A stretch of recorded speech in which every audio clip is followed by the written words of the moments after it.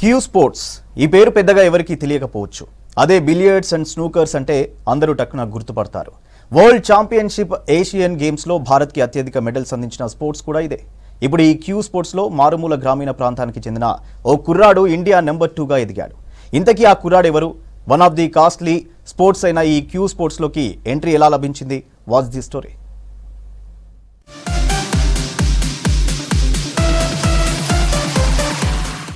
ఇక్కడ కనిపిస్తున్న కుర్రాడి పేరు శ్రీకాంత్.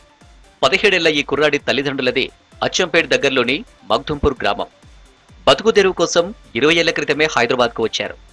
తండ్రి మురళి వాచ్మెన్ గా పనిచేస్తుండగా తల్లి ఎల్లమ్మ టీ షాప్ ని రన్ చేస్తుంది.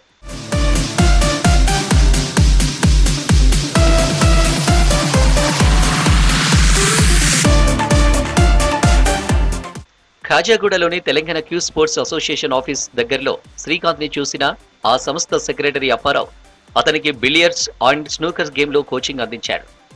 శిక్షణ ప్రారంభించిన అతి తక్కువ టైంలోనే రాష్ట్ర జాతీయ స్థాయి పోటీలకి ఎంపికై తన సత్తా ఏంటో చూపించాడు శ్రీకాంత్. పాల్గొన్న ప్రతి ఈవెంట్లో మెడల్ సాధిస్తూ తనకు తానే సాటి అని నిరూపించుకుంటున్నాడు.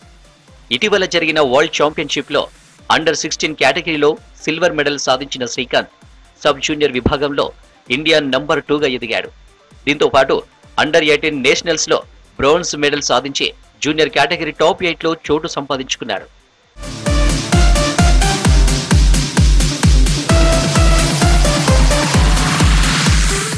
శ్రీకాంత్ క్యూ స్పోర్ట్స్ తో పాటు చదువులోనూ ముందున్నాడు.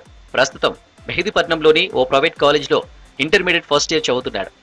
ఇక ఉదయం 4 గంటలకే నిద్రలేచి స్నూకర్స్ ప్రాక్టీస్ చేస్తాడు. మళ్ళీ కాలేజ్ నుంచి వచ్చాక దాదాపు 4 గంటలు ప్రాక్టీస్ చేస్తుంటాడు. Telangana queue sports secretary coaching తో పాటు సీనియర్ ప్లేయర్లను చూసి మరిన్ని మెలకువలు నేర్చుకుంటానంటున్నాడు యువ క్రీడాకారుడు శ్రీకాంత్. అప్పారావు సార్ నన్ను అప్రోచ్ అయ్యాడు. ఆడు ట్రై అయ్యే ఒకసారి అని అన్నాడు. ఫస్ట్ 2022లో ఇండియా నెంబర్ 2 అయ్యా అండర్ 16 కేటగిరీలో అండ్ వరల్డ్ రిప్రజెంట్ చేసా రొమానియాలో.